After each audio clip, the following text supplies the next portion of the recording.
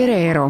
See, et me sinuga kahekesi siin laua taga taaskord istume, märgib seda, et Hausgalerii oksjonite hooaeg on avatud, seekord siis 2024. aasta kevadoksjonite hooaeg, mille me oleme eriti laialt ette võtnud. Meil ei ole mitte ühelgi aastal olnud 4 eraldi oksjonivalikut nagu seekord, mille siis tingis ka asjaolu, et meile sattus üks väga mahukas Eduard Wiiralti teoste kollektsioon, mida me siis otsustasime eraldi oksjonina presenteerida, nii et meil on seekord siis teosed 19. sajandi keskpaigast, muuseas sõna otseses mõttes 19. sajandi keskpaigast kuni siis aastani 1965. Järgmine valik on 1966 kuni tänapäev, graafikaoksjon on eraldi ja siis kõneldud Eduard Wiiralti teoste kogu on eraldi. Sina oled sellest kollektsioonist haaranud oma kirjutaja sule alla 2 mahukat ekspositsiooni, mis siis puudutab just meie maali kollektsiooni kuuluvaid teoseid. Kogu oksjonil on eksponeeritud ligi 240 tööd, nii et tõesti me seekord oleme niimoodi hoogsalt oksjonitega tegutsema asunud.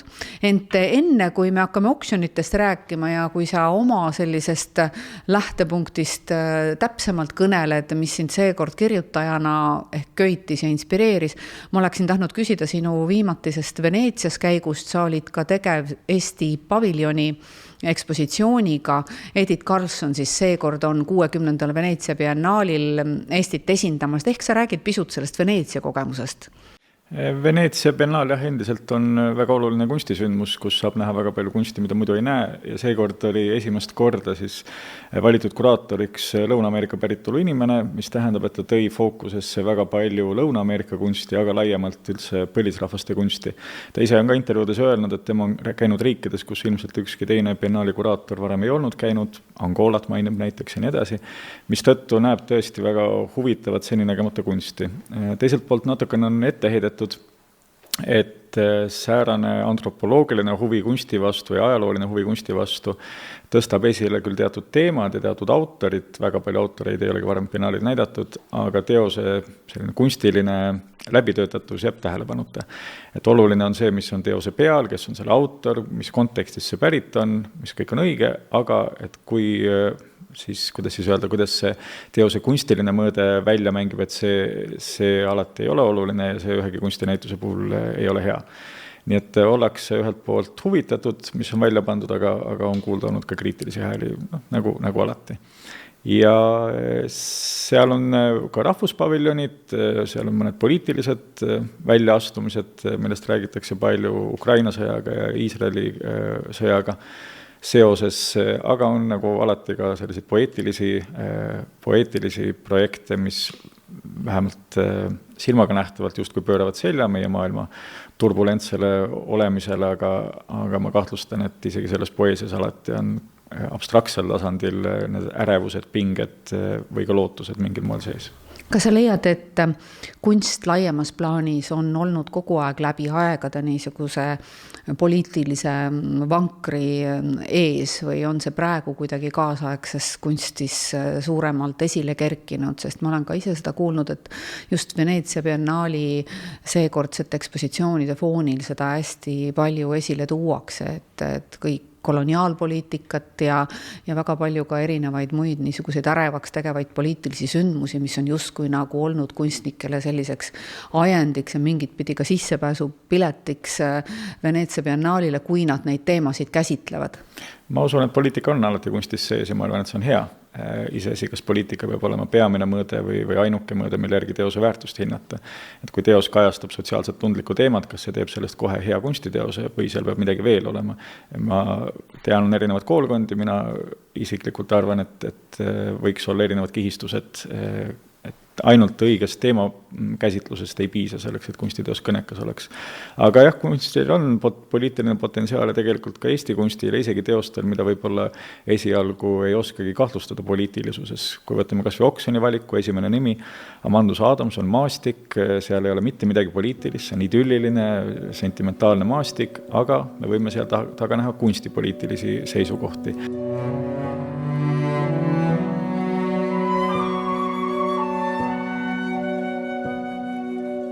toimus sellel ajal, kui Amandus Aadamson maalis selle 20. sajandi algul, põlvkondade vahetus, peale hakkasid tulema noored modernistid, oksjonil on väljas ka Nikolai Triigi varane maal, ilmselt maalitud samal ajal kui Aadamsoni oma, ja need käsitlused on täiesti erinevad. Et riik huvitub juba modernismist, mõistatustest, müstilisusest, aga Amandus Aadamson on veendunud realist, et tema ei näe, et kunstil peaks olema muid funktsioone peale meie elu kaunistamise. Nii et isegi pealtnäha täiesti süütutes maastikku vaadates võib olla palju laiem kontekst.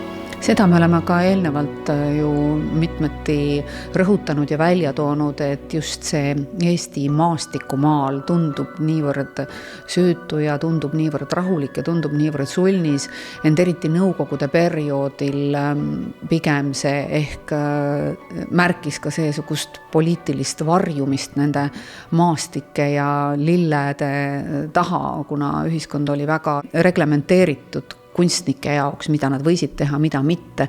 Et see niisugune hingeline pingestatus avaldus just selles. Ma arvan küll, et nõukogude kunsti vaadates väga palju tuleb seda ajastu konteksti arvestada ja alati, nagu ikka, ei pruugi teada olla see, mida kunstnik ütleb, kes ütleb, et ta tahtis nii või naa teha, et seal võivad olla ka kontekstid, millest kunstnik ise ei pruugi isegi teadlik olla. Mis muidugi ei tähenda, et kunstniku sõnu nüüd uskuma ei peaks. Aga kui me vaatame näiteks ka siin oksjoni valikus hakata võtma Anna Audova natüürmordid, mis ei tegele mitte kuidagi väljaspool asuva maailmaga, teiselt poolt teades, kuidas Audova töötas, kui süvenenult, kui välismaailmast ära lõigatuna, kui põhjalikult, siis selles kunsti tegemise viisis või praktikas, nagu tänapäeval öeldakse, peegeldub ka mingi selja keeramine ühiskondlike oludele. Teiselt poolt sääraseid kunstniku natuure muidugi iga ühiskonna korra all, et kas see oli nüüd seotud spetsiifiliselt nõukogude korraga, raske öelda.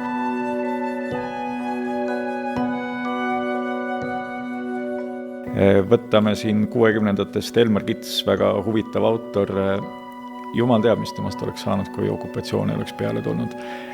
Meil on siin oksjonil figuraalkompositsioon, selline lint ja formaadiga, mis näitab, kuidas ühelt poolt on teatud teemad ja ka see formaat, et ta peab seinamaali tegema või monumentaalmaali, on ilmselt tulnud väljastpoolt tellimused ja samas Kits proovib leida selle peale surutud formaadi sees ikkagi endale omaseid väärtusi, seda, milles tema hea on. Et need taktikaid oli väga erinevaid, oli muidugi neid, kes läksid uue korraga kaasa ja kunstnikena kaotasid. Oli neid, kes eemaldusid sellest, Alfred Kongo näiteks, veel üks näide, kes väga eraldatult töötas.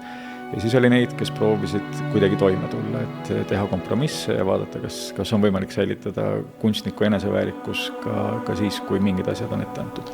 No just see, kui sa mainisid, et jumal teab, mis oleks saanud Elmar Kitsast, kui oleks olnud okupatsiooni, et see mingi teatud niisugune poliitiline pingestatus, mingi surutis on sellistele loojatele ja loovatele natuuridele olnud mingit pidi sisemiseks inspiratsiooniks, me ei saa seda kõike õigustada, aga ometigi on see looja tung sellest olemasolevast ja situatsioonist ja olukorrast ennast üle väljendada ja välja rebida kuidagi läbi nende loominguliste momentide olnud äärmiselt oluline. Ma mäletan oma kõnelusi Paul Allikuga, kes rääkis oma 80-ndate lõpu ja 90-ndate alguse loomingust just selle noodiga, et tema oma vaba prantslasliku maalija käekirjaga tundis ennast kuidagi kõrvale jäetuna. Kui ma ta käest küsisin, ütleme juba seal 2000-ndate alguses, et miks ta siis enam nii ei maali nagu 90-ndatest, ta ütles, et see sundus on kuidagi ära kadunud, et see vastuvoolu ujumine tundus tema jaoks olevat niivõrd palju sellist trotsi tekitav, et see andis sellise sisemise teistsuguse energia lähenemise ja jõu, et ma arvan, et Eesti maalikunstis on seda vastuvoolu liikumisest tekkinud kvaliteeti just ka seal 60-ndad, 70-ndad, ka veel varasem periood koheselt pärast sõda äärmiselt palju. Ehk on midagi veel, mida sa sellest välja tooksid oksjonil? Jah, olen ka kuulnud ja lugenud, et kunstniku jaoks pingeseisund võib väga viljakas olla ja inspireeriv. Aga see pinge ei pea tingimata olema ühiskonna korraga seotud, see võib olla ka eksistentsiaalne pinge. Siin oksjonil Eduard Viiralti loomingu väga palju tõukus mingitest sisemistest vastuoludest ja pingetest. Ja kui sul on kõik hästi, kui sul on gaasiarve makstud ja ühiskond vaba, et siis justkui on keerukas luua. Aga ma ei ole kindel, et see üldreeglina ikkagi kehtib, et siin on ju hulgalised kunstnikke, kes on töötanud vabades oludes ja kes on ka, nii palju kui me teame, ei ole eriliste eksistentsiaalsete ängide käes vaevelnud. Lihtsalt nende kunst siis tõukub kusagilt mujalt.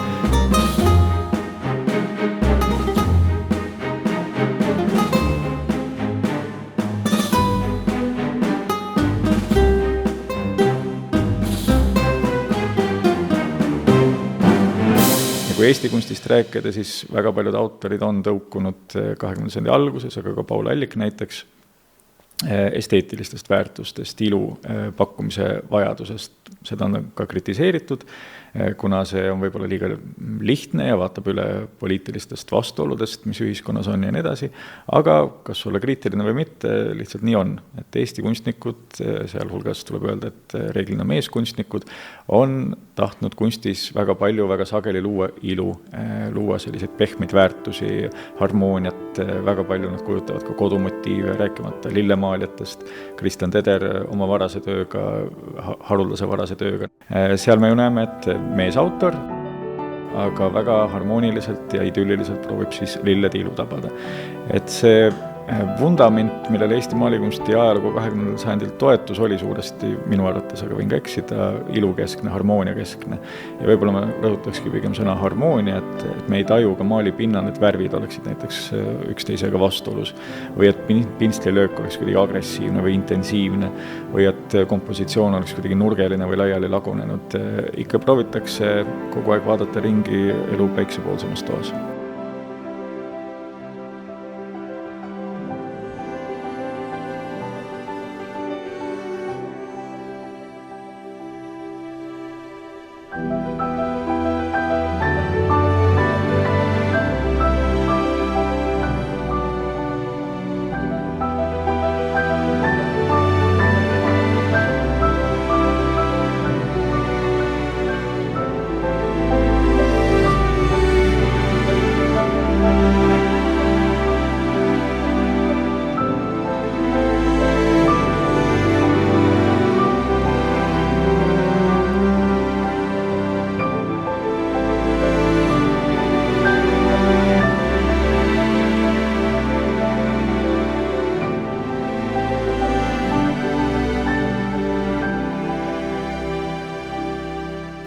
Aga mida sa selles kontekstis näiteks 60-ndatest ja siis sellest karmi stiili tõukest nagu räägiksid, et meil on ka selle voolu autoreid sellel oksjonil esindatud, eks ju, Nikolai Kormašov, Olav Maran, Henn Roode 100.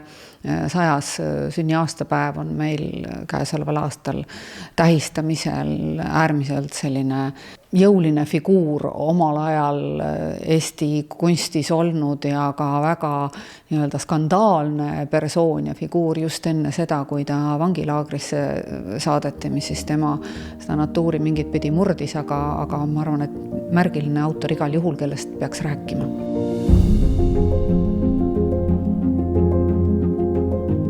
Henn Roode töö minu enda jaoks on üks kõige silmatorkavamaid siin oksjonil. Ja Henn Roode nüüd ka ütles, et teda ei huvita mitte niivõrd ilukunstis, vaid tõde. Ja see tähendab, et nüüd, kui me vaatame seda tema linnavaadet, me näeme, et seal ka ei ole nagu teravaid konflikte või lõhesid püütud leida, aga ei aeta taga ka iga hinna eest idüllilist ilu. Vaid tõesti geomeetriliste vormide ja eri perspektiivide kasutamise kaudu proovitakse siis leida, et mis on see tõene, mis on tõde. Ja tema kõrvaldastaksin esile Olav Maranit, kes oli temast küll noorem mitu aastat, aga kelle karismaatilisus ja nutikus olid nii mõjukad, et Roode tegelikult mitmed oma sammud tegi Marani eeskujul, mitte vastupidi. Ja Maran, temalt on väljas näiteks üks linnavaade ja kui me räägime pingetest kunstniku hinges, siis ta on öelnud, et ta tundis ennast pidetuna ja siis ta otsis ka linnas teinekord selliseid vaateid, mis ei oleks paraadlikud, glamuursed, tähendusrikkad, vaid vaataski kergelt poriseid tänavaid või agulivaateid, sest midagi oli ta hinges siis, ma ei tea, katki on võib-olla liiga pidulikult öeldud, aga segaduses. Maran on meil esindatud sellel oksjonil nii tuntud natüürmordiga, mida ta siis juba hiljem hakkas viljelema, kui ka siis just selle 60. aastate linnavaatega, millest sa kõnelesid, nii et temalt on 3 teost seekord siis väljas.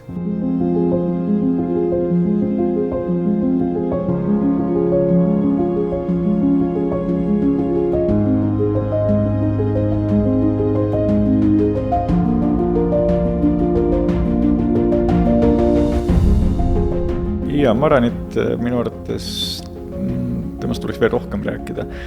Tema natüürmordide sari, mida me kõik teame, on minu arvates üks olulisemaid kontseptuaalseid sarju Eesti maalikunstist läbi aegade. Ja seal väljendub ka mitte niivõrd ilujanu minu jaoks, vaid tõeotsingut. Need printsiibid Maranil korduvad, ta ei otsi iga kord originaalset lähenemist, alati on seal vanad esemed, mis ta paneb ja siis proovib nende vahel mingit tasakaalu leida, seal on alati orgaanilisest maailmast pärit objekt, mõni taim näiteks ja kompositsioon sageli meenutab püramiidi. Tema foonid on ülimeisterlikult maalitud ja kogu sellest maalist, sellest atmosfäärist õhkub midagi. Ja see, kuidas ta seda jätkab, seda tõeotsingut viimase ajani ja kuidas tema maal ja meisterlikkus ei ole kahanenud, see on minu arvates imetlusväärne. Siis rääkides selle põlvkonna autorkonnast, kes astus Eesti kunstiareenile, ütleme siis 70.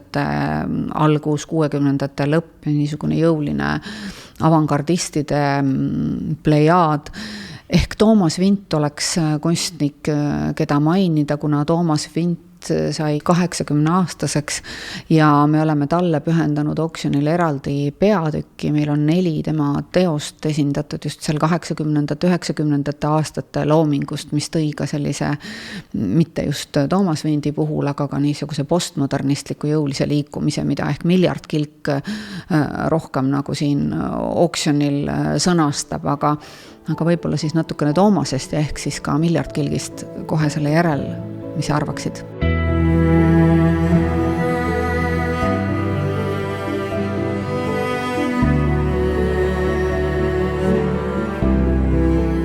Erineva natuuriga kunstnikud, Toomas Vint on mõnes mõttes kunstnik, kes on algusest peale olnud valmis, et see teemade ring, mida ta puudutab, maalide atmosfäär, seal toimub aja jooksul ja aastakümnete jooksul küll muidugi muutuseid, aga ei saaks öelda minu arvates, et need oleks väga radikaalsed või kardinaalsed. Ta ei otsusta ümber. Tal on hulgaliselt võimalusi 60 aasta jooksul ümber mõelda, aga ta ei tee seda. Kui siis ta on natuke sellisesse sürreaalsesse äärmusesse vahepeal kaldunud. Ja teatud muutused on, aga nagu Olav Marangi, et mingi teemade ring on tema jaoks ammendamatu. Et see looduses peitub pinge või ka looduses peitub harmoonia, metafüüsiline mõõde, kõik see pakub talle jätkuvalt huvi. Ja kui nüüd vaadata oksjonil olevaid töid, siis samamoodi nad on küll eri perioodidest, aastakümned on nende vahel. Aga on näha mingeid muutusi, aga need ei ole väga dramaatilised.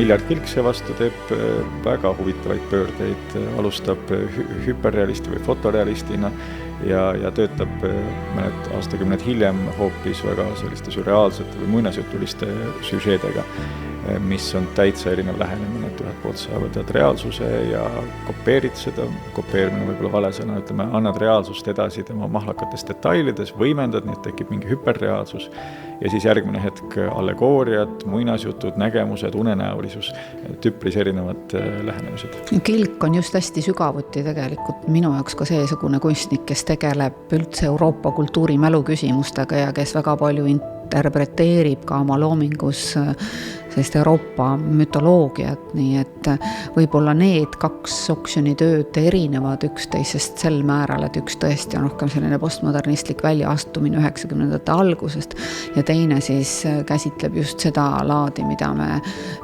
praegu puudutasime, pisut seda niisuguse poeetilisema, mütoloogilisema alatooniga maailma. Ja, need voolunimetused on ka sellised nagu nad on, et sageli mingit voolu või nähtust seostatakse perioodiga, et postmodernism algas siis. Aga samas võib postmodernistlikke teoseid leida ka hoopis varasemast perioodist, et kui me räägime, näiteks võtame Ado Vabe teose siin oksjonil Mees kukega, mis pealtnäha ei ole üldse postmodernistlik, teiselt poolt oma üpris kummalise süžeega, üpris sellise veidra temaatilise valikuga, mingi mängulisus, mis tuligi postmodernismiga kunsti, selles ometi on. Sellega ma ei ütle, et Vabe oli postmodernist, aga ma ütleks, et ta oli niivõrd isepäin eraldiseisev autor, et tema külge võib kleepida ka hoopis hilisemaid silte.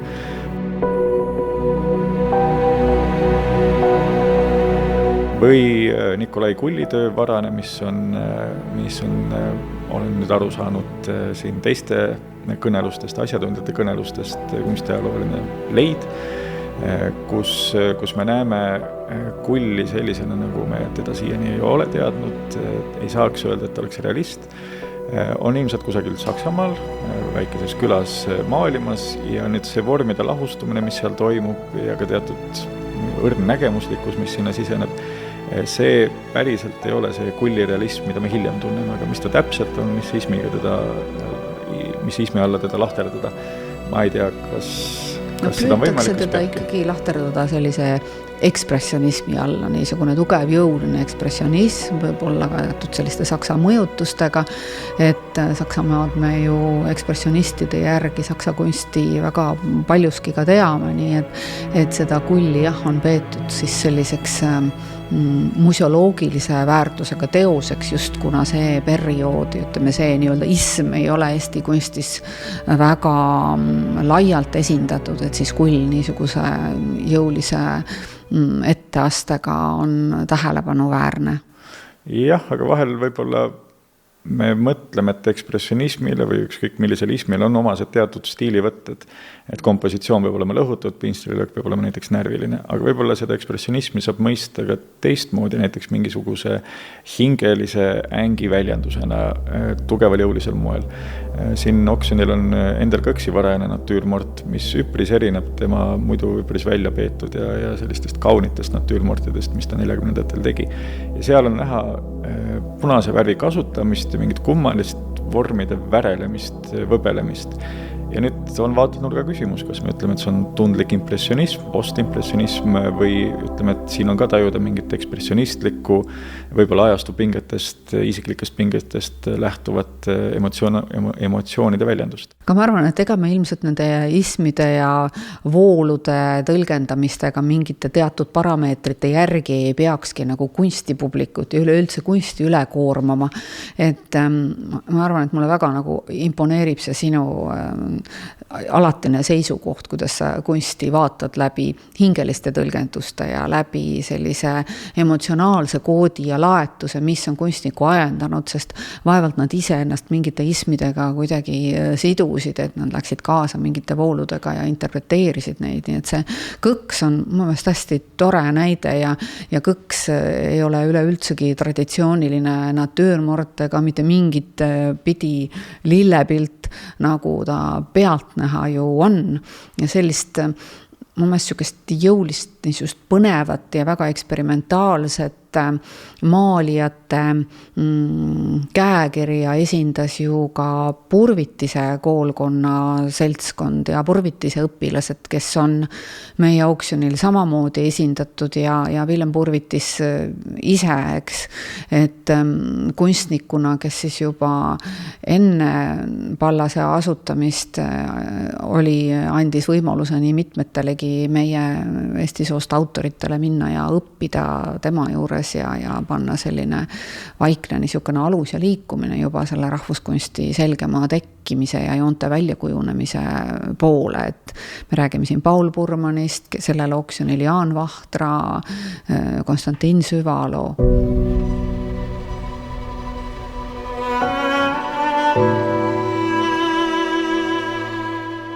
Aga jällegi ütleme, kindlasti purvitisöö oli oluline, aga kas me tingimata saame öelda, et purvitisöö oli oluline seetõttu, et tema kunst mõjutas neid inimesi. Kas me näeme purvitise jälgi Süvalo, Vahtra või Purmani loomingus mingil määral kindlasti, aga kui panna Paul Purmani ekspressiivne selline metsikus või impulsiivsus kõrvuti Jaan Vahtra, tal oli eri perioodid, aga ütleme näiteks konstruktivismiga ja sinna kõrvale veel Konstantin Süvalo tööd, mis olid näiteks impressionismist kantud, siis on nende vahel juba üpris raske ühisosa leida. Et õpetaja võib sageli anda pigem tõuke millegi avastamiseks, mida ta ise ei esinda. Ta võib lihtsalt oma eeskujuga inimesi kunsti juurde tõmmata, aga see ei tähenda, et õpilased teda kopeerima hakkaksid tingimata. Ja need 4 nime, nüüd Purvitis, Purman, Vahtra ja Süvalo on ka väga erinevate näidetega siin minu arvates esindatud. Purvitis tõesti teosega, mis on pärit tema Tallinna perioodist ja alles hiljuti siin Läti kunstiteadlased on avaldanud artikleid, kus nad ümber mõtestavad Purvitise Tallinna perioodi, loevad seda nüüd olulisemaks, kui nad on varem seda pidanud, näevad sellele suuremaid mõjusid Purvitise loomingule, kui siiani on osatud näha. Võib-olla lätlased ei ole ka tahtnud uskuda, et lätlane Tallinnas võis midagi head teha. Ja teos on, ütleme siis Purvitisele väga iseloomulik ja esindab tema parimaid jooni väga hästi.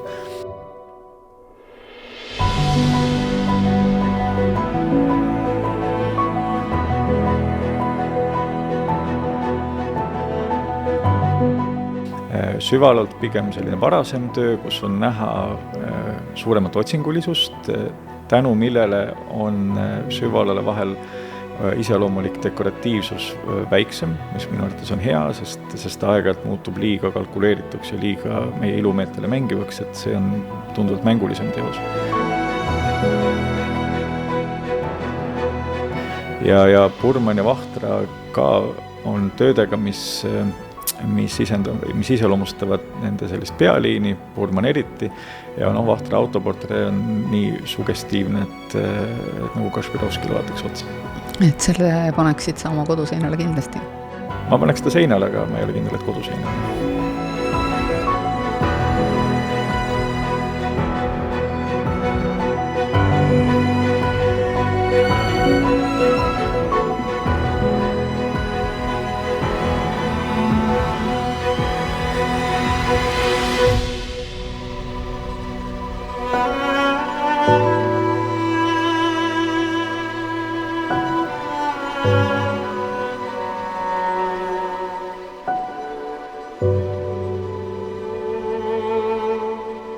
Kas on veel midagi töödest, mida sa puudutaksid? Kui ma ise sellele küsimusele peaksin vastama, siis ma rääkiksin võib-olla veel selle 1938. aasta Hugo Leppiku tööst ja linnavaatest, niisugusest kihistatud, kihilisest linnast, mis on lõuendile ehitatud oma liikumise ja inimeste ja figuuridega ja Jah, Hugo Leppik on avastus, et vahel on ka autorid, kes töötavad kogu aeg teatud nivool, mis ei tõuse võib-olla kunstiajaloo huviorbiiti, aga siis korraga mingi töö hüppab sellest nivoost kõrgemale.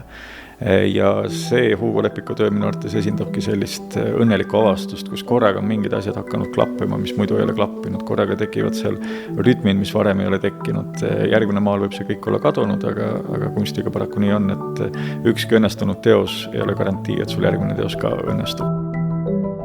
Aga kui küsida, et mis veel silma torkab, siis tartlasena ma tõstaksin esile Tartu autoreid, sest nende puhul on mitu sellist tööd, kus ei ole koheselt aru saada, kust see motiiv tuleb järsku. Näiteks Lembit Saartsi varane maastik jalgratturiga.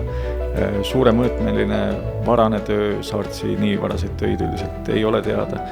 Ja kuidas ta järsku otsustab keerulistel 40-ndatel nii suurel lõuendil sellise süžeega mängida, kust see tuleb ja kust ka see vormikäsitlus tuleb. See esitab mitmeid huvitavaid küsimusi.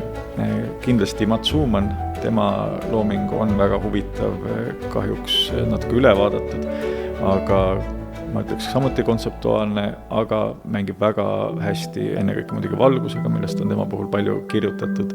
Ja see tema kiindumus kohtade kohtade vastu linnas, mis ei ole kuidagi esile tõusvad, vaid mis on argised, lihtsad ja siis kui võluvalt ta neid poetiseerib, et Schumanni talenti minu arvates tuleks rohkem rõhutada.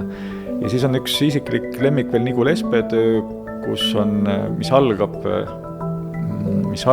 nii nagu üldiselt Espe tööd algasid, idülliline Tartu vaade, me näeme Jaani kirikut ja nii edasi, aga siis selle esiplaanil verandal, klaasverandal on korraga väga kummaline figuraalkompositsioon, inimeste rühm, 3 naisterahvast, kas nad on seal Singeri õmblusmasina taga või kohvilaua taga, aga see meeleolu, mis seal tekib, on täiesti ootamatu. Ja Eesti kunstis, eriti varases kunstis, Richard Uutmaa kunagi on ise sellest kirjutanud, ta on üllatunud, kui vähe inimesi maalitakse. Portreed kõrvale jättes, aga kui vähe maalitakse inimesi rühmana mingis tegevuses või vaikelus. Ja tõesti, seda on väga vähe, maastikud, lilled on alati olulisemad autorite jaoks kui inimesed, muidugi see ei ole selline raudne reegel, aga ütleme üldpõhimõttena. Aga nüüd selle Espe tööl me näeme mingit mõistatuslikku sotsiaalset olukorda, mis on kantud kas leinast või süvenemisest, mingist meeleolust, mis igatahes on vastuolus selle ümbritseva idülliga. Meie kahtlustasime muuseas sulle siin vahele segades, et kuna Espe pidas ka Tartus kohvikut, et võib-olla on ta sellest saanud inspiratsiooni. Võib-olla, aga 3 musteri jätatud naisterahvas, see esitab ikkagi küsimusi. Võib-olla nad on varjus. Võib-olla, aga juba me arutame väga erinevad võimalused. Figuraalkompositsioonides tegelikult siin veel Andrei Jegorovi ju äärmiselt ka suureformaadiline töö niisuguses töötava inimese poetiseerimise vaimus. Ja Jegorovi puhul see, kuidas need vene kunsti mõjud tulevad Eestisse, ta oli küll Eestis sündinud, aga Venemaal kasvanud ja hariduse saanud ja tuleb selline argise poetiseerimine, tõesti see vene hing, millest tänapäeval on ta saanud kahjuks hoopis teise tähenduse, aga ütleme sellises vanas, kuidas me vanasti mõistsime vene hinge, kuidas nähakse ilusat, ütleme ilusas nähakse üliilusat ja hingelises ülihingelist ja kõike hingestatakse sellise sentimentaalsuse ja suurusega ja sellesse usutakse nii tugevalt, et Jegorovi maalidel ka me näeme, et see ei ole lihtsalt valgus, vaid see on ikkagi väga pehme, ülisoe valgus. Kõik on mitte lihtsalt idülliline, vaid väga idülliline ja kõik ei ole lihtsalt soe, vaid ülisoe.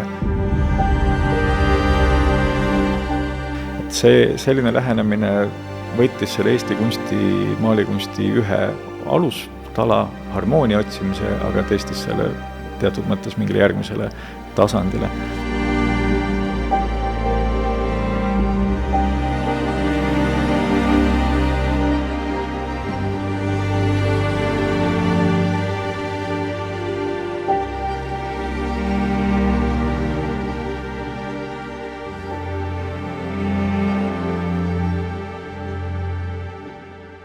Aga kui rääkida veel inimeste kujutamisest, siis kindlasti Evald Okase varane töö.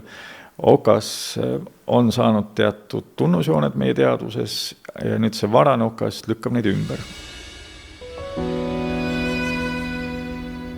Alustades koloriidist, mis on hoopis pruunika, see ei ole üldse nii lopsakas ja barokne nagu tal hiljem, võib-olla ka aegade survel, töö on 40-ndatel maalitud. Ja 39. jah.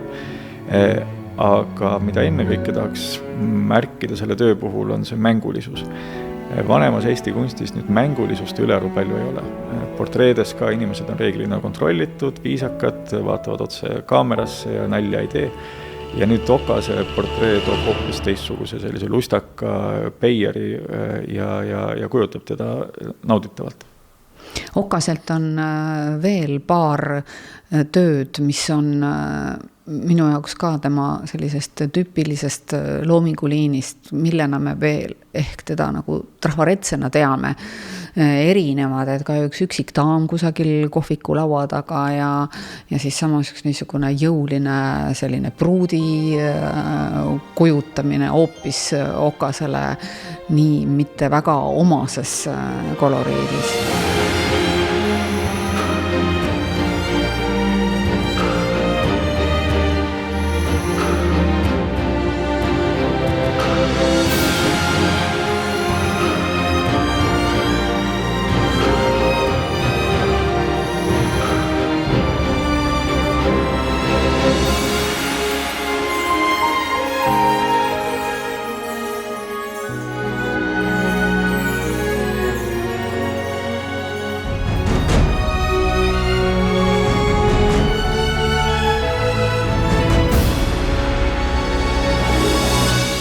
Okas jah, minu arvates esindas kunstniku natuuri, mida võiks võrrelda Elmar Kitse või ka Paul Burmani omaga ja see on selline pulbitsev, üle äärte ajav, kogu aeg töötav, kogu aeg maaliv, väga erinevates žanrites. Burman on teada, et tema maalis vajadusel isegi sõrmega hinge õhuse akna peale. Elmar Kits väga viljakas, kogu aeg töötas ja Okas tema ateljees käies oli näha, kuidas ta on isegi oma taburetid ära maalinud ja nii edasi. Et selline üle äärte ajav elurõõmus, barokne kunstniku natuur on ka huvitav. On ka hoopis teistsuguseid, Anna Audavast me juba rääkisime, kes töötas hoopis teiste printsiipide järgi.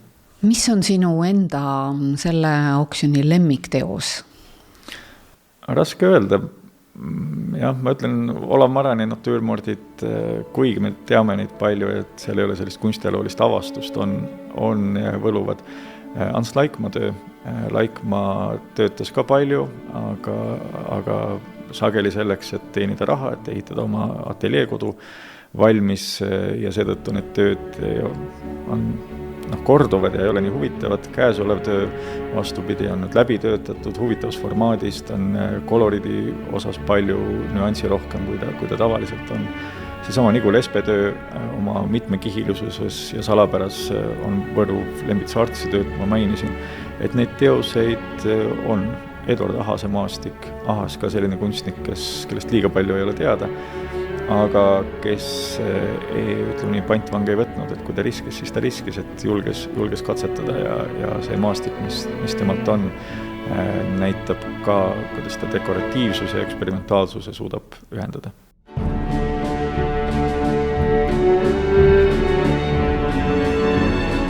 See 20. aastate looming oksjoni veergudel on alati olnud mitte väga ohtralt esindatud, et seda enam on ja just see Ahas oma selle tollasele ajale ka iseloomuliku niisuguse dekoratiivsusega väga kuidagi värske ja selline heas mõttes väljakutsuv. Jah, ma ütlen, et kunstiajaloogusid võiks olla rohkem selles mõttes, et kunstiajaloogu, kuna kuidas siis öelda, et kunstiajaloogu ei ole kunagi see kaanon, mida me teame, vaid seal on hulgaliselt teisi kihistusi ja aeg-ajalt need teised kihistused ajad mööduvad, võivad tõusta olulisemaks kui see, mida me varem hindasime. Erinevatel põhjustel, poliitilistel, esteetilistel, väga erinevatel põhjustel ja seetõttu kunstiajaloogusid on tegelikult väga mitu. Oleks ainult autoreid ja kirjutajaid, või kuraatoreid, uurijaid, kes viitsiksid ja jaksaksid neid erinevaid ajaloogusid kogu aeg välja tuua ja näidata, et seda hierarhilisust oleks võimalikult vähe.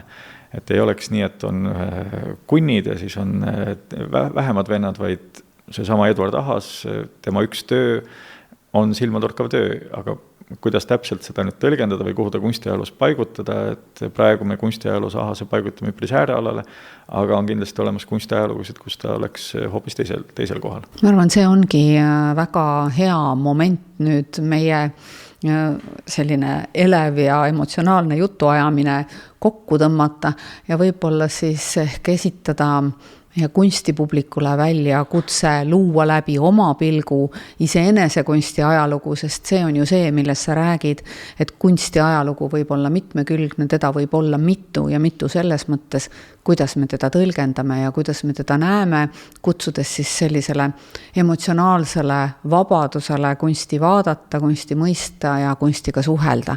Aitäh, Eero, selleks korraks ja sa oled meiega muuseas ka käesoleva oksjoni päevadel 4. ja 5. mail ja me saame veel ka koos oksjoni ajal seda kunsti kahekesi kommenteerida, nii et ma arvan, et saavad põnevad üritused olema. Aitäh! Aitäh!